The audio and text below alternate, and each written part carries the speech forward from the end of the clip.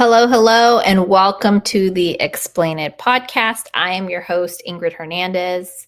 Um, as always, I'm here every Wednesday. We've changed our time recently, so I appreciate anybody who comes on at 5 p.m. Arizona time. I know we used to have it at 1 p.m. Arizona time, but we're trying something new to make sure we are available to the max capacity of people who could join us, knowing that many folks are at work during the day. So we want to have this for the after work folks. As we say in the entrepreneurial world, 9 to 5 is for your day job, 5 to 9 is for your hustle job, right? So thank you everybody for being here. Hey, Rosie. Nice to see you in the chat. Super excited about our about our guest today. There is a slight delay. This whole change of time has claimed its next victim. So there was a miscommunication about start time. So they're going to be here in about 5 or 6 more minutes. So totally cool. I'm sure we could answer any questions in the meantime that you might have. So appreciate anybody who would like to chime in with anything they might be needing some support on. But in the meantime, we will have Alma Rose join us in a few minutes. She does tax liens, tax deeds. She's actually an investor out of California. I had the privilege to be on a stage a couple of weeks ago in San Antonio, and that's where I had the pleasure of meeting Alma. So super cool to have been able to experience that with her. And be able to see how you can network and leverage those new relationships into something more. And that's how we actually got our podcast guest today. And she will be here, as mentioned. Like the times changed. We didn't realize that the 5 p.m. I was talking about was Arizona time, not California time. And California right now is 4:05. So she was caught off guard. We have to stop with this like changing the time thing. I mean, I honestly feel it doesn't serve the purpose it used to. So hopefully we could actually stop that. But hopefully everybody's a week is progressing. I can tell you mine for sure is. Can I tell you about creative listing? Oh, absolutely. So creative listing, actually, we're going to have a webinar next week. I believe we're moving it to Thursday to accommodate for some folks who wanted to join us. I'm not quite sure of the time yet. It might be 2 to 3 or 3 to 4 Arizona time. But creative listing is where you can go and get your deals basically socialized. I'm going to head over to creative listing right now, so you guys can check it out. Present. Let me see here. Share screen, creative listing. Okay. It's authenticating me right now. Oh, sign in. I will. Okay. Here we go. So creative listing is where you can have your properties that you would like to sell. It could be all over the place. So this is nationwide. Doesn't just have to be in the state you're in. Looks like we have a little over 1,100 listings. I know we recently sold a couple, so they've come off the market here.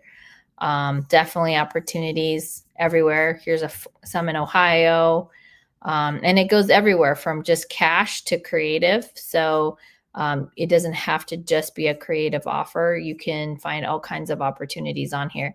And then you'll notice it says address undisclosed. So if you're like a wholesaler and you don't feel comfortable sharing the address to the property, you can also, you'll put the address and then you'll ask for it to not be displayed. So that's an option in case you want to leverage the creativelisting.com.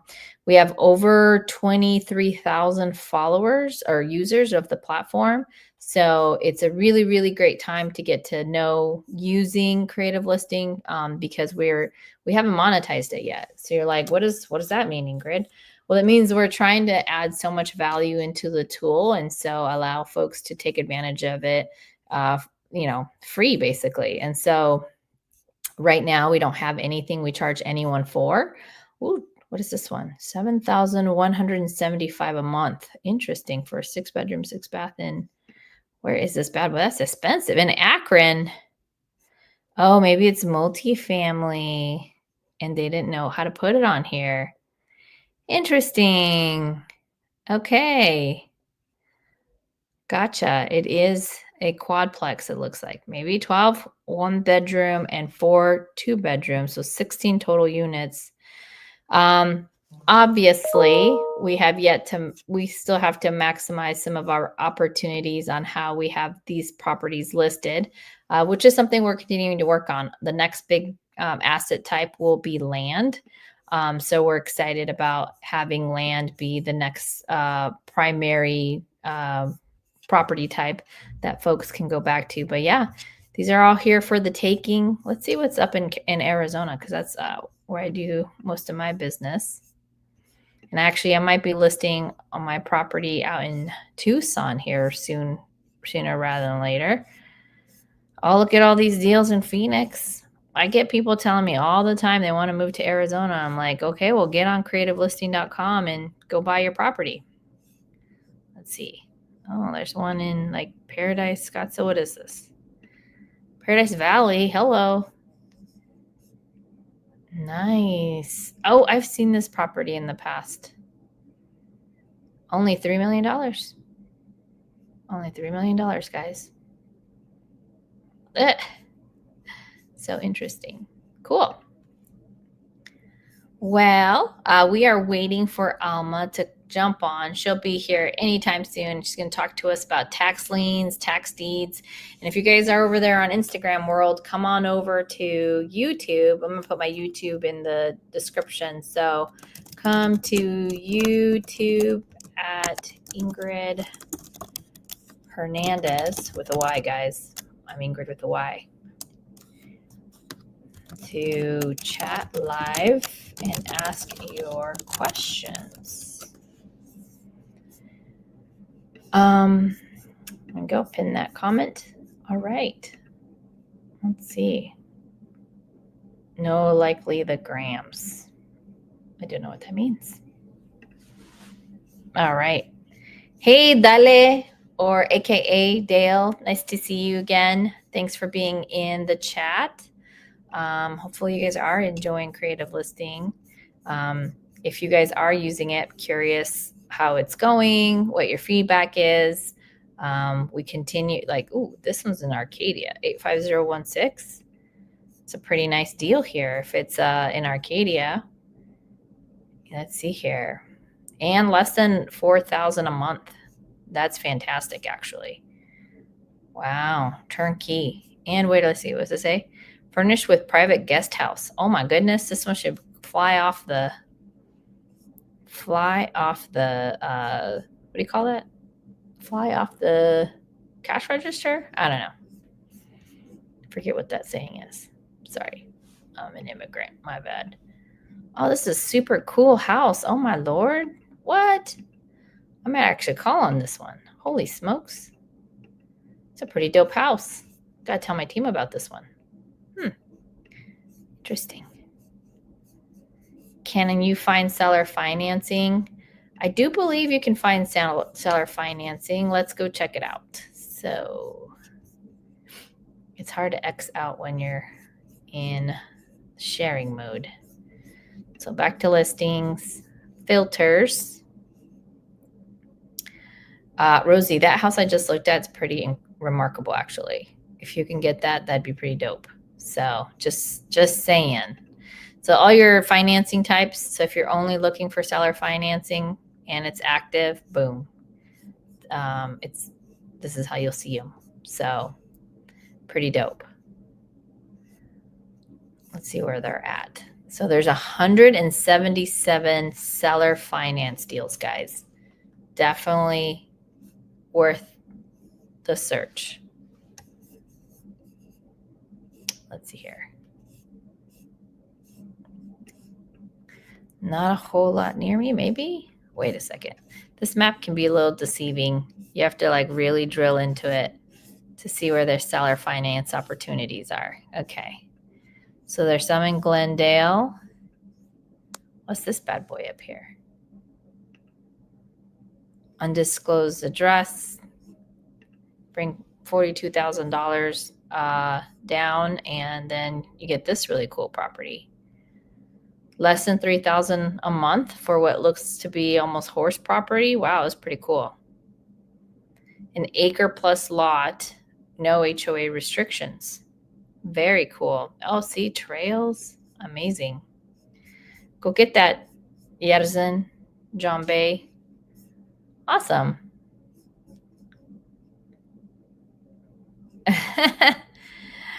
Ashley trying to talk to her. Is that only for investors? No, anybody can go to Creative Listing and actually check out property. But okay, our special guest for our podcast today, Alma Rosa, is here. Hola, Alma. How are you? Hi, how are you? I'm doing well, thank you. I'm doing Sorry for good, the thank you. time mishap. You know, it happens this time of year. November is always a shit show for that. I swore in my head this whole time we're on PST. We're on the same time zone for I don't know why. No, we were on the same time zone as of last week. This week, the times changed, so now we are not on the same time zone. That's why. Yep. Uh-huh. Yeah, and that's why I do try to say Arizona time, you know, and but I at the end of the day, my assistant should have sent out a calendar invite so that it was in your calendar at the right time. But that is another failure point in my process that I need to address. No So, worries. tell us a little bit about yourself. I had the great opportunity to meet you in San Antonio. So sweet of you to like come and talk to me. So I'm just curious, like, how did you get started in real estate, and what is this tax stuff that you're doing? Well, thank you so much for having me on your podcast. This is all day today. I was like, I don't know how to act. Like, what are we doing here? When we were in San Antonio, I had never heard of you before, and I happened to have closed 4 deals with one of the closers helped me, and they kept telling me like, you got to get with Ingrid, you got to talk to Ingrid, I'm going to introduce you to Ingrid. And I was like, well, who's Ingrid? Like, and then they were like, oh, she's going to be speaking on stage. And then I happened to have missed your presentation, and I'm like, out of everybody that was on stage, she was the only female who spoke, and I missed it. Like, how dare I? So the fact that we ended up connecting, like it just kind of just happened at the mastermind, and I was like, oh, this is who everybody's been talking about. Like, okay, so it's a pleasure to be here. Thank you so much. I really appreciate you even inviting me on here. So my name is Alma Rosa. How did I get started in real estate? Well, it like a lot of us during the pandemic, I feel like we had like the rugs pulled right from underneath us.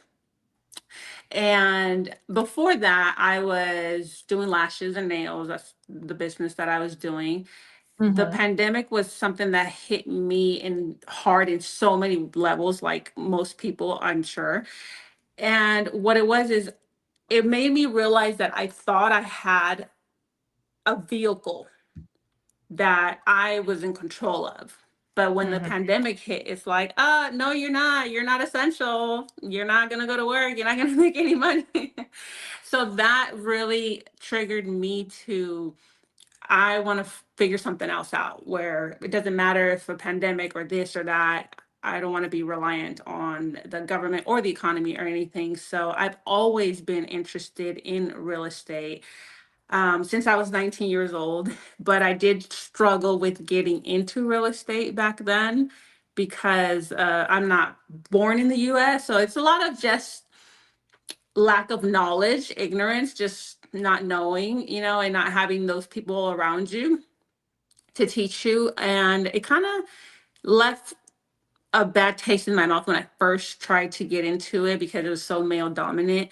And then years passed, obviously, and it kind of came back around during the pandemic. I started running into videos online on social media about like, oh, county sell properties and you don't need this and you don't need all this traditional stuff. You can just, the county sells tax liens or tax deeds. And I was very intrigued by it. I was like, okay, this sounds so interesting. Like, but nobody would tell me. Like, I would ask them, like, well, I get that you're telling me, oh yeah, go to the county, you do this, but show me how to do it. I don't know how to do, I'm completely new to it. So I just started doing my own research. I live in California, and I started just going to my local counties online and just started reading their tax sales. And I also realized, well, I don't have any money to go and compete with these investors at the tax sales. And then I got into learning more deeply into the tax lien. So the tax deed,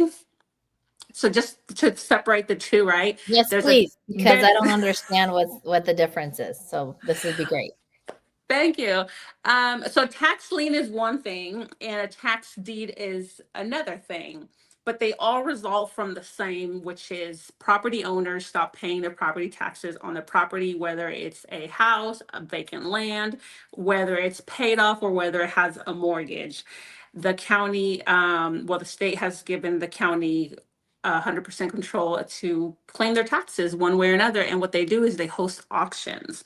So I'm in California, and we have 58 counties. All of them host tax deed auctions, which means that property owners didn't pay their taxes for residential properties about 4 years consecutively. So then they're going to a tax sale. And the owners have literally up until business hours, up until the day before the auction is scheduled, to pay the 4 years of back taxes that they owe. If they don't pay them in full, there's no more like payments or payment arrangement for the most part. If they don't pay them in full, then it's going to auction, and the highest bidder is going to win. And as long as they pay, now they're going to be the new property owner. And one thing that blew my mind from that was most debts are eliminated. Most debts. So if it has a mortgage, eliminated.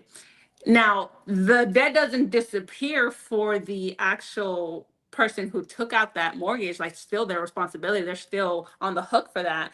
But when it comes to the new investor like us going to that auction, if you can get it at a good price at a discount and not overbid, then you're getting a house with no mortgage on it if it had a mortgage. And for the most part, a lot of any other liens that it might have, unless it has like governmental liens. But that's things that we can find out, and just if it's something that you want to deal with, because those liens will survive. So that's kind of getting more in the weeds and stuff like that. No, But I love weeds. So I guess one thing, maybe if we could slow it down for the few folks. So what I heard you say is after four, and I took some notes. So after 4 years of somebody not paying their taxes, those are the typical ones that you see go to this auction. Now, I am someone who has been intimidated in going to auctions because I've been told many times that that's the good old boys club. So I wanted to first start there. When you go to these auctions where they're having these tax deeds be auctioned off, and like you said, there still comes with some stipulations. How difficult or easy is it to actually bid for these tax deeds when maybe you see the typical investor there? Well, one thing that, like I said, I'm in California. All 58 counties in California host the auctions online. So you Mm. don't even see anybody. It's online. You can literally do it on your bed. My very first one, I was literally at home, with the kids, and I enrolled in it. It's as like I have a small community of people who I teach this in Spanish, and I always tell them, leyendo no te pierdes. Like reading, you can't get lost. And that's one thing that I think a lot of people, not just in our Spanish community, is that we don't read. We just don't read, but there's so much opportunity out there if we just read. And that's kind of what I did. So it's not difficult to enroll. Every county is going to have their terms, conditions for the auctions enrollment process. But it's basically a month or 2 months, even before the scheduled auction, the county will release the list of inventory. So then you have time to research it. And I always say, don't fall in love with anything, because by the time the date comes, what you fell in love with may not be there. It might have been redeemed, because the property owners do have up until the day before the auction starts. But that's Well, specific to California, the 4 years and all that stuff. Every county is going to be different. Every state's going to be different. presumably this is kind of like a pre-foreclosure too, where you have the list that comes out. If you make contact with the seller, maybe you can negotiate to redeem their rights, if, especially if you know there's a lot of equity in the property. So my assumptions there is that a lot of folks, as investors or wholesalers, if you will, like they'll go and buy them out. They can, yeah, absolutely. And another beauty of this is, like you mentioned, wholesalers. We can absolutely go through that list and negotiate directly with the seller. You skip trace, not the sellers, skip trace the property owners, and you can negotiate. The only thing about that is the debts are not going to be eliminated. So you have to figure that out if the numbers make sense with the mortgage and all these other things. But when you do end up winning it at the auction, that's to me is one of what it was, the thing that blew my mind, where it's like, wow, everything gets eliminated. And I actually had a similar situation with one of my very first ones that I bought. I didn't focus on actually houses, because it's like everybody wants a house, everybody wants the discount, everybody wants the deal. So everybody's so focused on the houses. I didn't even have money at the time to actually compete with these investors. So what I did was land. There's land everywhere, and there's always so much more land. I tell my students, right, in the auction there's so much land, it's crazy. Just, and then they ask me, well, why is that the case? Just hop on a plane, look down, and what do you see? It's land everywhere. So there's less competition. Everybody's going this way. I'm going to go this way. I'm going to go the opposite direction. And Wow. that happened to me with one of my very first ones, where the county was actually, not the county, the water service, they had a lien, and the HOA, there was a HOA, they had liens on it, and they sent me, the new owner, the letters like, hey, you owe this or this. And I was just like, and that's where it makes the difference, right? Where you read, you know what you're getting into, and you know what it comes with, right? But if you don't read, had I not read the state statute, had I not read the county terms and conditions, I would have never known, and I would have paid the HOA, I would have paid these liens thinking, oh, it's my responsibility. But in reality, it wasn't. And so I saw those letters come in. Oh, you got to pay this. And it was like $1,500 in just liens. It wasn't too much, but I didn't have the money to pay those things. So I contact the HOA, and I'm like, I purchased this at the auction, and one of the terms and conditions is these debts are eliminated for the new buyer. I'm the new buyer. And then they were like, oh, let me check our records. And then they checked them, and they were like, oh yeah, you're fine. I'm like, had I not read. That is so amazing. And thank you, Angela, for being active in our chat. And for all of you, please be as active in our chat as possible. If I see you guys giving feedback like Angela just did, I'll make sure to put it up on the comments here. Elizabeth Guzzo, she's great. She's part of the Sub2 community. She's asking, can anyone from any other state apply for the auction in California? Yes, that's another beauty of it, is you're not limited as long as the auction's online, and there's a little fly in here, and you have you're compliant with their terms and conditions.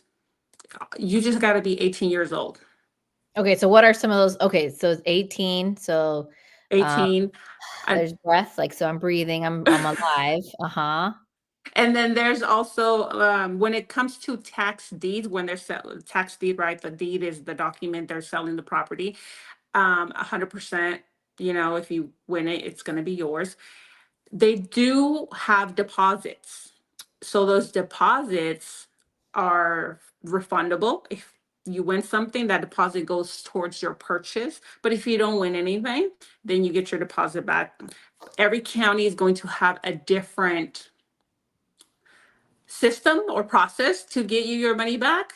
But for the most part, it's super simple. A digital check, you just take it, scan it, and then deposit it if you didn't win nothing. But if you did win, then it goes towards that. Another thing that I loved about this, and now that I'm learning more of the creative side, and seller financing and mortgage takeovers and stuff like that, there's no title, there's no escrow, there's no realtors, there's nobody involved. It's just you and the county, and you don't even have to worry about the person, the property owner, unless, of course, it's a house and those people live in there, then that's a whole another thing. But which is why I like to go with the flow. I don't like to go against the grain.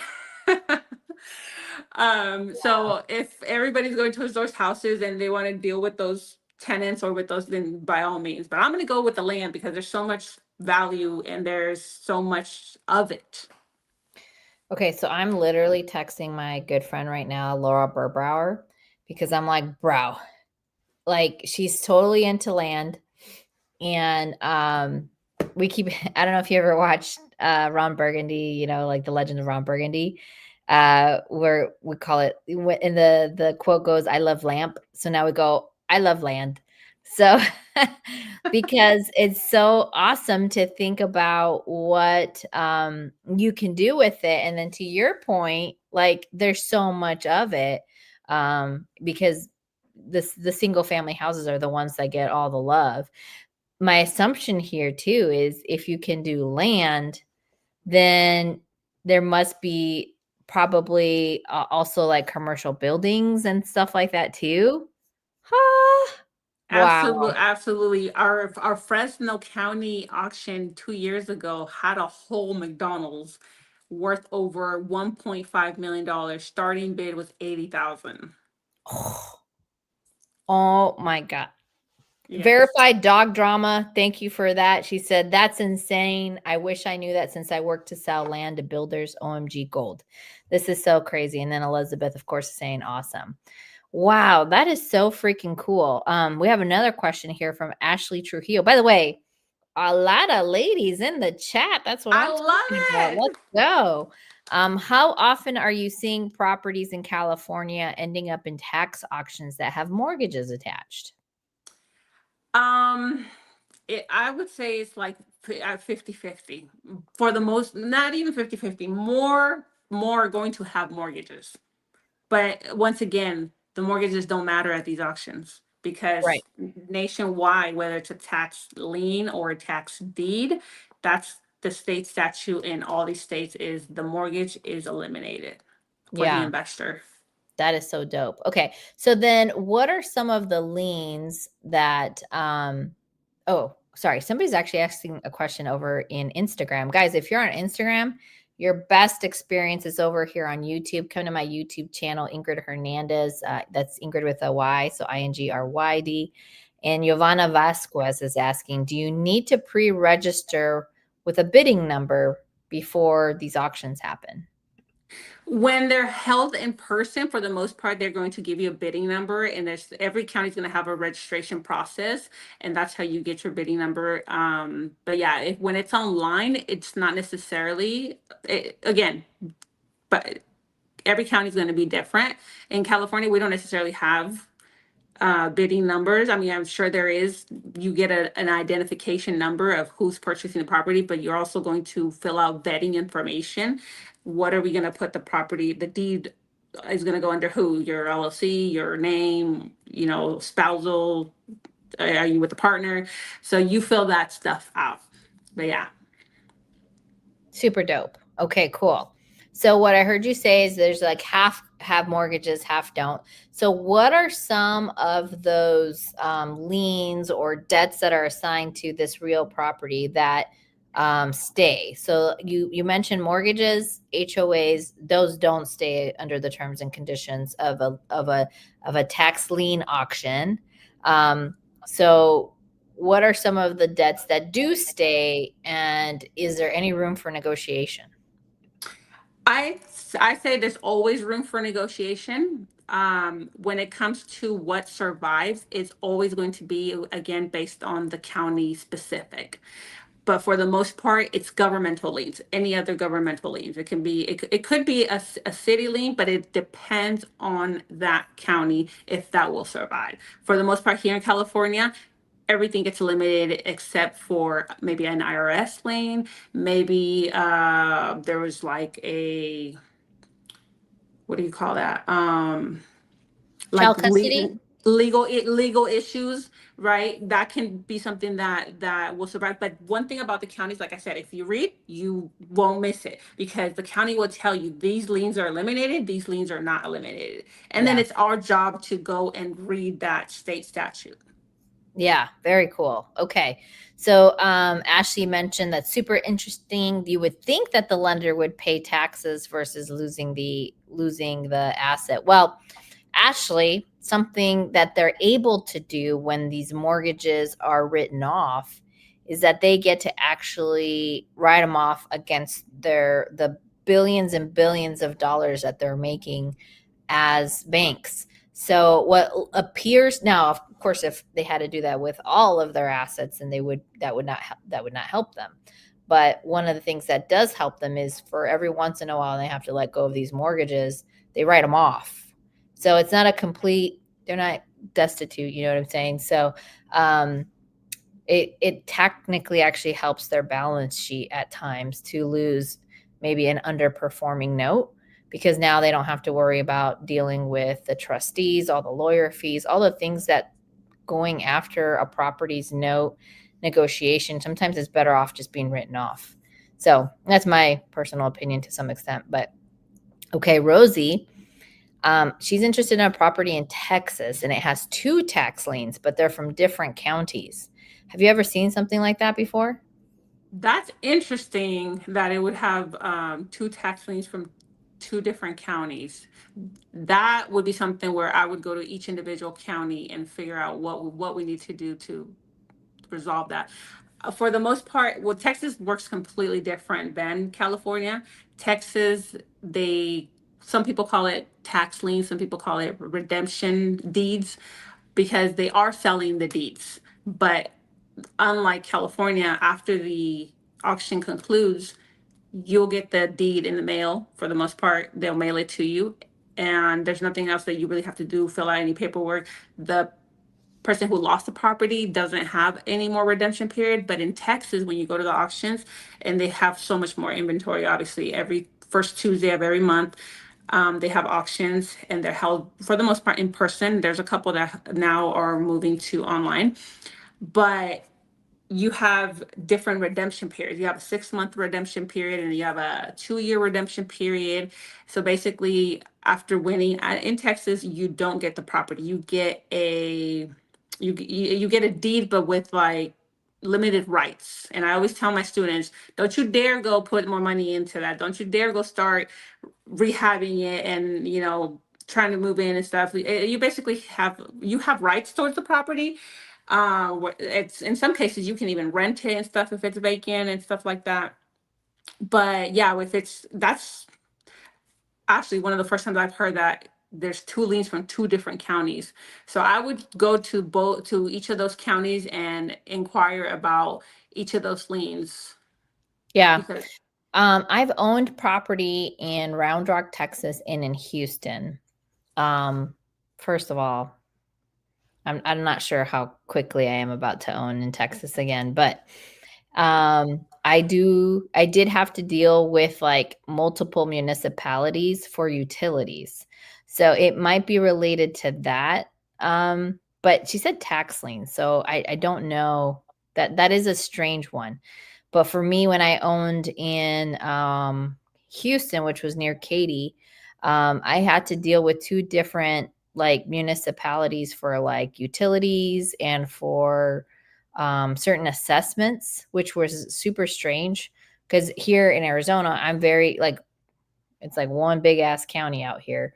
At least where I live in the metro area, Maricopa County. So we don't have a lot of crossover. But in these other states where there's tons of counties, I can see how there maybe something gets mixed up based on the parcel. But that is interesting if they're both supposed to be like property taxes. And these are all property taxes, right? in the auction in Texas is one of the states where I tell my friends here, you have to be very careful when you go to the in-person auctions, because they're also selling HOA liens. Mm. right out. So it could be a house, a tax deeds, and then the next one could be an HOA lien. So they're selling properties that have the liens. And remember, only the tax sales eliminate the mortgages. So if you're going over there and you went through your inventory list and then you go to the auction and you see properties that were not, you will see properties that were not on your list. And it's really easy to be like, oh, sounds good because starting bid $8,000 and the house is worth 300,000. Oh, I'm gonna bid and I have this much, and it turns out it's not even a tax deed. It's not. It's an HOA lien, and that's not what you want because no debts get eliminated for that. Well, I guess the only ones that would might be worthwhile from an investor's point of view, if it's an HOA lien, is if they don't really have anything else, right? Like Yes. maybe some tax things, maybe the HOA is it. And if that, so I would presume for anything not a tax lien, you'll want to, well, even things with the tax lien, you'll want to run title. Do you run title searches first to see, kind of confirm what kind of debt is assigned to the property? So when I first started, I didn't run title. I would just do my basic research on PropStream, and Uh-huh. if on PropStream it told me that it had a lien of this much, I would just go to the next one because title can get expensive when you're looking at a bunch of different properties. And now you're paying for each one, and you're not even going to be guaranteed that you're going to buy that at the auction. So you're already money in without even any guarantee of you having the property. So personally, I don't pay or I don't run titles before the auctions. Like I said, I just go with the flow. I don't go against the but But you can it sounds definitely like do you so. do want to at least do some minimum criteria Yeah, using like a trusted data source. So maybe exactly. like a prop stream or a deal sauce. Our good friend Justin Tomanowski who created deal sauce. So those are, I mean, those are all great ways for people to really do some research so that you know what you're getting into before you get there. So this is cool. And then Exactly. verified dog drama, which freaking, that's such a freaking funny name. Mentioned, Rosie, that maybe it got rezoned into a new county. So it's like old tax and new tax that is due based on the county rezoning, which I just heard today, right? What was it? California. Would you guys approve something for like the drawing of representatives or something like that? So it happens all the time. We're constantly, people, our states are constantly rezoning for political or non-political reasons. So it makes sense. So, and then she also mentioned that in Paris, Texas, they're literally giving land away for $1 and a 5-year tax abatement for new builds. I'm assuming tax abatement means they have no taxes to pay for 5 years while they're building out those houses, which is kind of cool. That's cool. Yeah. Um, Tammy also mentioned it. Tammy's actually on my team. She works on my acquisition. It may have had a home on the land that was removed. My dad had separate taxes for home versus land. Interesting. Interesting. Do you check the zoning on land before you look to purchase? Yes, zoning, flood zones, absolutely. Yeah, yeah. And then what are some of the criteria? Like what's in your land buy box so that you so it kind of meets what you're looking for? Me personally, I like to stay between 10,000 and 20,000 when it comes to purchasing land at the auction. When it comes to, I always go with the plan. I'm not going to go buy something and I don't know what I'm going to do with it. So I like residential lots. That's what my main focus is residential lots. I love courts where everything's built out, but there's like one or two vacant lots and they have so much value because I tend to sell those to the neighbors a lot. Okay, Hey, so you want infill to, lots. Mhm. yeah, expand your lot. Here you go. I just, after I get the deed, right after the auction, I'll go drive up there and put a for sale sign on the lot. And who's calling me? The neighbors. The neighbors are calling me. That's And yeah. fantastic. And so what are your typical margins on these land lots? So like if you're typically buying them for 10 to 20K, what are you selling them for? Between the 10, 15 on top. Not Okay. too much. So that I stay focused on what is it worth, what's selling around, so that I Mm-hmm. don't overbid when I do go to the auction, and that way Fantastic. I have room. But at least my minimum is like 5,000. Okay. And then what I know of Landon, I know you guys, I am so freaking excited right now. There's so many ladies in the chat. I don't know how this is happening. Laura, I have Pansy, got Angela, Tammy, Elizabeth, Rosie. I don't know what's going on. I've never really seen this many ladies in the chat, and you guys are all being active, which I freaking love. Continue to chat with each other. What are you guys looking for? What do you need? And let us know. But yeah. So what you're telling me is you're literally getting 100% returns. I mean, those are amazing margins when you think about it. So this is fantastic. What did Yasmin say? This is so interesting. I've heard about it a bit before, but never broken down like this. This is really great info. So thank you so Oh, much, thank you. Alma, for providing this feedback. And then she wrote, that's such a great idea. And also for any landlocked properties to sell to the neighbors around too. Yeah, absolutely. And I like how you called them expander lots. So it's like, the neighbors got 8,000 square feet. If you just locked in 10,000, I mean, you just gave them a huge premium lot by giving them the option to extend into the next one. So super cool. Yes. And hello, Leslie from Jacksonville, Florida. She's loving this. So that's super cool. She wrote, "Why verified dog drama? I would love to know your name. Why not contact builders to get their buy box and search what's coming up for auction? I do this, but not auctions because you just taught me this. Look at what you just did, Alma. You just taught her this. Go find their builder buy box and then fill in for their next projects. Yes. I think that's a fabulous idea. So I have an amazing business partner out here in Arizona. His name is Noe Carranza. And flips have been really, really difficult recently, like in the last year and a half. And so we've been talking a lot about how much time we're wasting on reviewing flips because if people aren't locking them up between 50 and 55% of ARV, they just don't seem worth the hassle just because construction costs have gone up so high. And really just the surprises that come through flipping is just too much.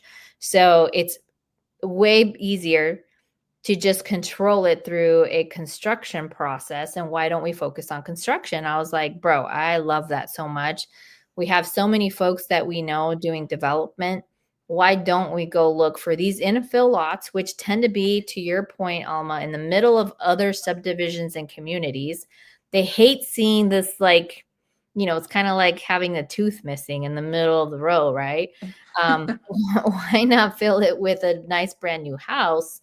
Now, would you, and I don't know if you work with developers, but would you say a good rule of thumb is 20% or less of the total ARV? Absolutely. Yeah. When I first started real estate investing, by the way, I was being told 10 to 12%. But now with everything being so expensive, now I'm hearing them say, 20% or less. Yeah, that sounds good. And verified dog drama's name is Samantha. Hi, Samantha. Thank you, Samantha, for all your feedback. So yeah, that's another great one, Tamisa, is new build to rent. So it's like, why not go do the burr with construction? For whatever reason right now, I'm also seeing hard money interest rates going down. I think they're really trying to stimulate us going and taking these hard money loans out. I've gotten quotes 8 and 9% recently, which is amazing, honestly. Wow. So go and JV with folks who have that construction background. Go get yourself cheaper money, learn through the process, build your experience so that then you can go and do it on your own. Yes. Oh, and Pansy has a construction service for you to check out. I saw Pansy in Chicago this past week. Very cool.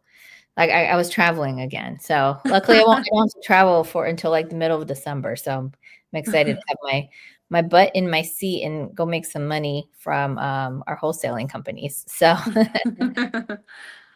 right on. So how often does California have their auctions?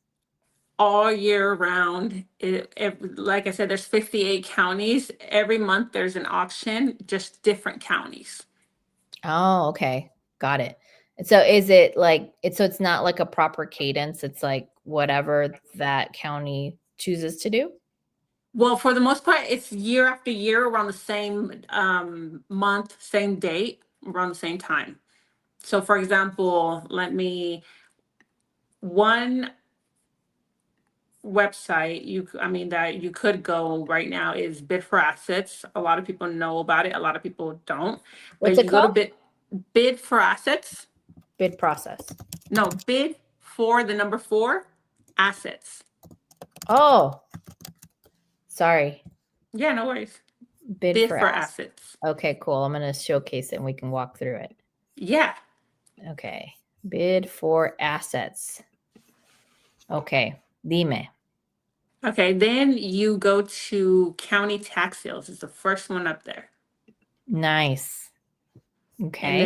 then when it opens up, you see an auction calendar for this specific. So this is basically like an online auction. I call it store.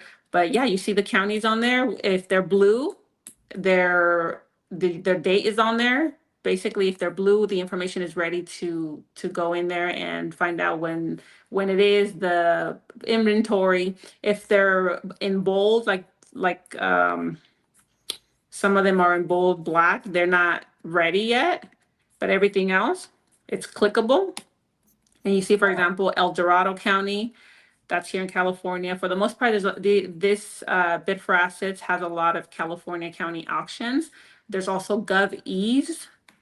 I like this one a lot. But it doesn't matter necessarily who or where. This is just who the county is using to conduct the online sale. And you just click the county and start reading about it. You see, for example, I'm in County of Sonoma.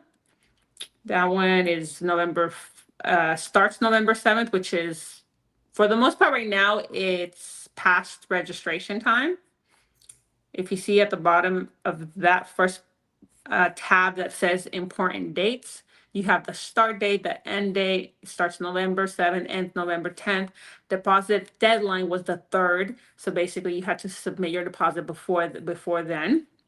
Settlement deadline is basically the time you have to pay whatever you offered, whatever your bidding offer was. And then right there, super simple, you have your deposit instructions. Deposit's $1,400. They're offering 57 parcels. And you just go through each tab, read it. And at the very bottom, you see the tab that says auction folder. That's going to be where the inventory is. So I lost you. So I went to GovEase. Oh, that's So, another site. okay. What's the one that you're talking about right now? Bid for Assets. We're on Bid for Assets. The first Okay. one. Okay. So I'll go back to that one. So Yeah. I was in El Dorado County, but Yeah, you're fine which, there. okay. So you see right there, it says important dates. I Oh, can't I see it see. I from see. here, but what is that, like December or something? Got it. Got it. So starts end November 5th. Deposit deadline was October 29th. And since what is settlement deadline? So if I win, so if I auction or I bid for something today, the settlement date means that's the day I have to pay by. Yes. Okay. Mhm. Super. Wow. I wonder if people could do this with their like self-directed 401ks. Um, I'm not aware of all that, but I believe you can. I don't Mm. see why you couldn't, but yeah. Yeah, especially if you had a manager, right? So somebody dealing with either the property or the land. Yes. Just a way, especially when people are trying to think like, okay, where do I have an extra 7 to 10 grand? Like me right now, I'm like, I think I have some extra from our self-directed 401k. Why not go do a little land purchasing? This excites me more than to look at purses, to be honest with you. So, like, Same. people love to. I know there's a lot of ladies on this chat today. Thank you for being here. But I mean, I normally say buy buildings and buy the shoes, but you start with the building first. You know what I'm saying? So now I have to say land. I love land. So yeah. Pansy said Texas is supposed to be one of the better markets for tax sales. I wonder why she's saying that. Do you know maybe why she says that? Maybe because she's in Texas. I don't know. She's in But Chicago, actually. oh, okay. Mhm. I every county has their pros and cons, and I think it's just a matter of what are you looking for and what are you trying to do with it. Mhm. I wonder if let's see if ooh, what if Chat GPT let's see what was I was asking Chat GPT something else earlier today. Um what is the best tax lien auction websites? Okay, so I've just asked that of Chat GPT. Let's see what Chat GPT had to say. Oh, there you go. GovEase, bid for assets, your local government county auction sites. Um, and then it gives you your due diligence checklist. Very cool. Look at that. Yes, Look at that. I love it. That's super cool. it Anywho, is. yeah. Use that Chat GPT for what you can. Very cool. Oh, I see. So somebody said the reason why the tax liens are great in Texas has nothing to do with or not, I don't say nothing to do. It has to do with the fact that taxes are so high, so people are often losing their properties due to the tax liens being so high. That is crazy. I mean, it's a pro and a con, guys, I guess. Um, Tammy says her favorite shopping is Floor and Decor. I love going into Floor and Decor or like a Home Depot and then smelling like the woody smell that comes from those places. Yeah. Is that weird? Maybe I'm a little weird, but yeah. So Tamisa said, and hopefully I'm saying your name right because maybe it's Tamisha, but because taxes are so high, and so people do lose their properties to that. Oh my God, taxes in Texas have a 25% interest rate. Do you have some insight on that too? Because I've heard that you can help people with their missed tax bills, but then you get the interest on it or something like that. So the way the auctions, redeemable deed auctions in Texas, which is why most people do end up losing their property to the investors at the auction, is because let's say you have a house that's worth 500,000, Mm-hmm, but they only owe maybe 25,000 in taxes. mm-hmm. You go and you bid, let's say you bid 100,000. In order for them to redeem, they have to pay what you paid, which is 100,000, not what they owed before. And on top of that is that 25%, which is uh, ¿cómo se dice multa en inglés? A fine. It's like a Yeah. fine Mm-hmm, because they mm-hmm. didn't pay. So now it's like they went from owing only 25,000 to now they owe 125,000. Yeah. That difference, if they do pay, you get your money back, and that interest rate is your profit.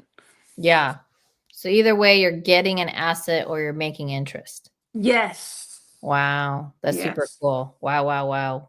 So Man, that's what one thing that I love about all this. I tell my friends like, hey, there's only two things that can happen. Either you get the property or you get paid. So it's a win-win.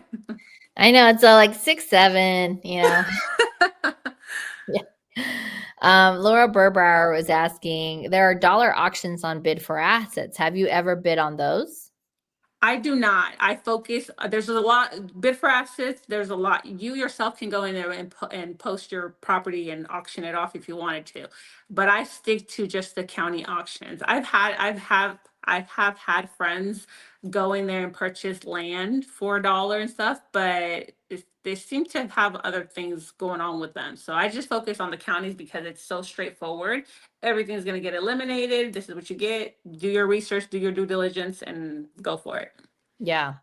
And Yasmin is asking, so let's say I win a deed in a tax deed, through the auction. obviously I have like 5 days to redeem or to settle, excuse me. Are they assignable? So let's say I won, am I able to assign my interest so that somebody else pays For it? the most part, no. But if you go back to bid for assets, the one that you could, the one that I've seen that you can do that, it's a whole nother state. If you go back to the home page, Let me go. Let me go. Let me go. Let me go. Okay. these these are assignable. So if you go back to the home page where we originally clicked county tax sales, Mhm. if you go to Philadelphia, you can do that there. Oh. So You can do not that. everywhere. You just again back to what Yeah. you're saying before. You gotta póngase a leer, time to read a Yes. little bit and figure Yeah. out where can you do it. So, So okay, here's not the to say you can't do here. it. You just gotta figure out where you can do it. Yes, here's the thing about Philadelphia tax sales. This particular county, the other county we were in, California, you have a couple of days to settle, right? Mhm. This one gives you 15 days, and you only have to pay 10% of what you bid.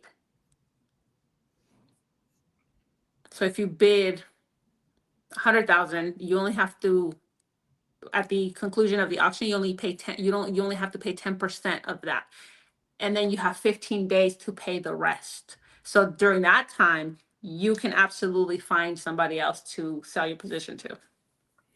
That makes a lot of sense. Okay. Okay. That's really cool. Very cool. Very cool. Philadelphia. So as an immigrant, that was my hub. Like I immigrated through Philadelphia. Fun Okay. fact. Fun fact. So, that's where I touched down. I was like 2 things I remember, going through Philly and watching, oh my gosh, Field of Dreams with Kevin Costner. So I will always be a Kevin Costner fan. Yeah, very cool. Awesome. Yeah, okay.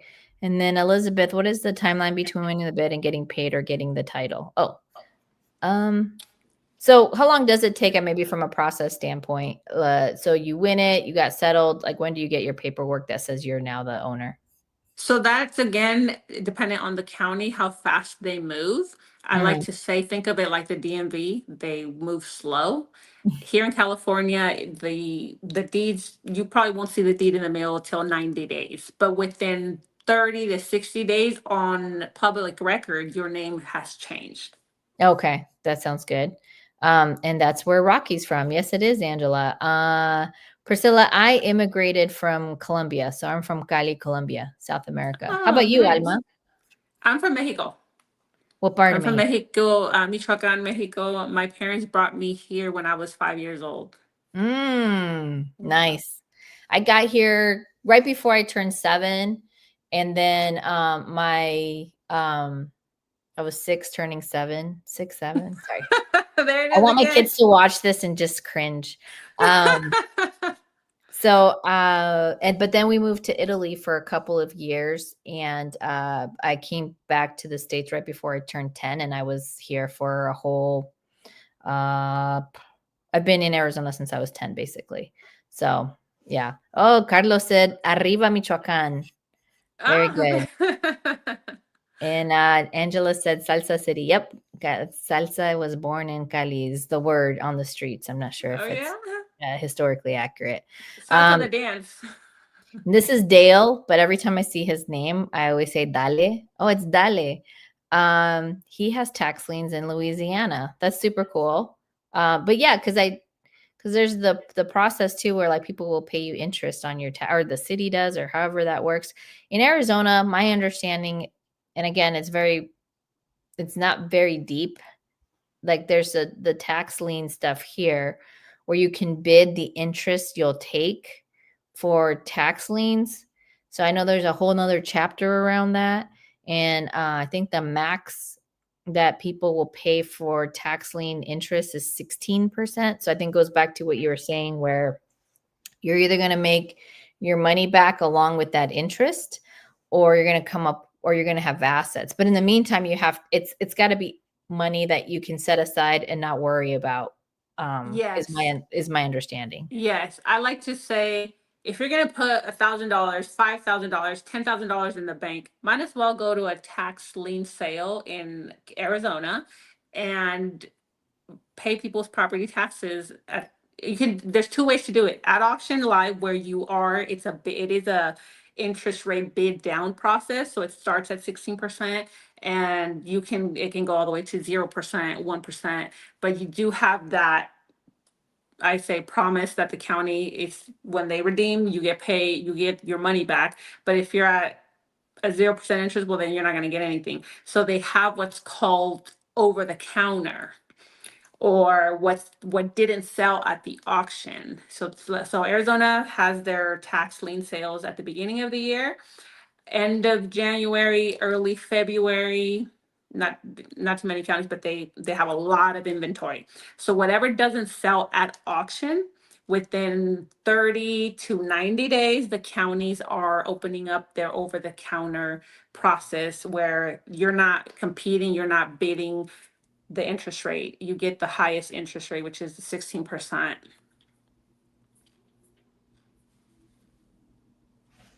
Oh, was that my network? Are you still there? I'm here. Can you hear me? Sorry, there was a huge pause in my network. I don't know if it was just you or me or qué pasó. I don't know. Anyway, but yeah, Ashley just said that it usually starts at 16%, then you bid down, and then there's a 3-year waiting to apply Yes. for the deed. So Yes. that's crazy. Okay. So much to learn. I feel like we've just touched the surface though. Yeah. So tell me, I heard you say that you have students. So do you have your own community that you teach this on, and where's this community at? Yeah, so I kind of accidentally became an educator in Spanish because I'm an immigrant as well. And one thing I realized is, like, I didn't hear any of this. I didn't hear no real estate, nothing growing up at home.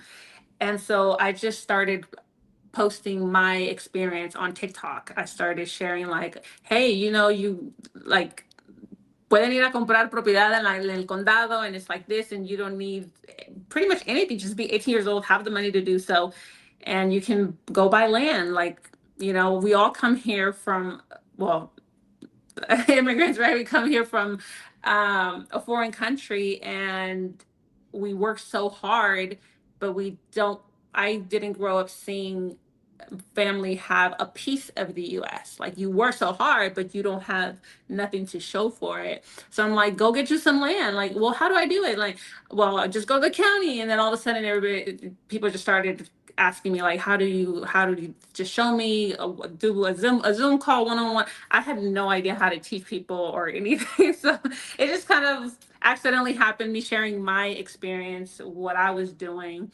and it just started to grow and grow. And so I post on TikTok.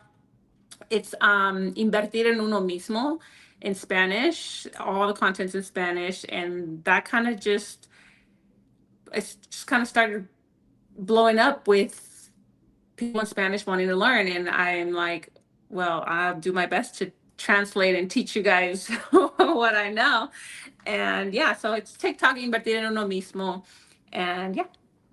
I love it. I love it so much. Okay, so check this out. Maybe you'll be excited about this. First of all, can you type, so invertir, okay, I'm gonna try. Can I type on the chat? Maybe. Is it the same as your Instagram? It's the same. It's just that instead of the number 1, it's the actual word uno. Oh, okay. Okay. So, and this is for TikTok, right? Yeah, this is for TikTok. And the only thing about that is there is a lot of fake pages. I typed it in there. I don't know if it got there. Okay. I don't know. I don't know. I don't know TikTok. I'm trying to learn TikTok. My friend I don't know Laura and I Instagram. we went live doing a lot of skincare stuff while I was at this like real estate investor thing this past weekend. And so I was like, let me just hit this live button and see what happens on TikTok. But let me see. So the private chat, okay, invertir. Did I spell it right? Invertir I think I did. Okay, so I'm gonna put your TikTok and your Instagram on there. Thank you. There we go. And then you can tell me if I misspelled anything. So, Pansy says, now I have to learn Spanish. Well, yes, you do. Bad Bunny told you that 2 months ago. You're running out of time. Anyways, I think the whole Bad Bunny thing is hilarious. I'm like, guys, he's an American citizen, you dummies. But anyway, it's okay. Let's see. Yasmin said, muy suerte, muchas personas tienen miedo o nada más nunca se han informado acerca de todas las oportunidades. So that's right. For somebody who learned only Spanish at home, I think, I read that okay. Yes, she did great. Yeah, Laura, we had lots of TikTok love the second night, skincare and real estate. That's the kind of what we started saying. Like, I'm terrible. I'm such a dude. I actually told my dad. I told my husband, I go, you're so gay because I am such a dude. Like, I don't do stuff for my face. I hardly ever wear makeup. Like, I'm usually in a t-shirt and some shorts, and I'm like, I don't know. That's just I just like to chill. I think putting so much effort. I wish I could put much more effort into being, more girly. So I was telling Laura she's got to be like my accountability partner to be more girly, do skincare and more stuff like that. But anyway, pajamas and land. That's what Samantha said, Laura. Maybe we'll just call it pajamas and land. But go follow Alma Rosa at Invertir Uno Mismo. So that one, invertir en uno mismo, we're missing the en. We're missing the en. Oh, the en uno mismo. Yeah, en uno mismo. Invertir en uno mismo. Bueno, okay. Yeah. And what about the Instagram? Is that okay? Invertir. We're also missing the en. Okay, one more but everything time. else is good. Okay, so then instead of one more time. And that's how you get those fake accounts. So easy to misspell stuff. Yeah. Okay. Super. Oh, look, we got Eric Haynes in the house. Tell your wife, Giovanna, I said, what's up? Would love to do some deals with her out here in Arizona. And then Laura, loved your title, Samantha. But what I would love to collaborate with you is that every month my team is going to have a in-person event where we're going to teach buyers how to buy houses creatively. So especially for our I-10 buyers and our 1099 buyers who maybe don't qualify traditionally, but they have enough income, we can verify their income. So we're going to teach them how they can buy their houses creatively. We're going to do it once a month, and half of it is going to be English and the other half is Spanish. And I know your gringa girl doesn't know all of the Spanish words. I know a lot of the Spanish words, but I have an amazing team. I have a gal named Carla and her husband Felipe, who is dominantly Spanish speaking. And that's what makes my team super duper cool. First of all, I got Bobby way out in Florida. He's an integrator, super techie, mostly speaks English. Tammy out here with me also mostly speaks English. And then I have Felipe and Carla who speak a ton of Spanish. So it's like the more diverse your team is, the better representative of the marketplace you are. So I'm really excited about what we're going to be able to do out here in Arizona and school people through creative finance for free. So once a month, we're going to have these meetings. And what I'm thinking is maybe we should collaborate with you because you might have a completely different audience, and we can teach you guys how to do that in California so that you can serve your community. Yes, absolutely. Fantastic. Wonderful. Well, guys, thank you so much for staying a little over. I know we started a little late, so it all kind of worked out. A lot of information you gave was amazing. I'm sure people are super inspired by the things that you said. Again, go follow Alma. I'm sure she's got wonderful information on TikTok. So that you can figure out how to start investing in these tax liens and deeds. Yes. Thank you so much for having me, Ingryd. It was a pleasure. And we'll definitely continue to collab. Just let me know. I love it. And guys, this has been the Explain It podcast. We are here every Wednesday from 5 p.m. to 6 p.m. Arizona time. We're trying this new time. Let me know your feedback, what you guys think about this time. Maybe start it at 5:30 instead of 5. It seems like our audience increased at 5:30, so maybe that gave people enough time to get home and start coming on here. So, oh, look at this. We even had, I forgot to go back to the Instagram. So people are asking, how can you connect? We already gave your information. So hopefully, remember, this is on YouTube, so it's easy for you guys to come back to it.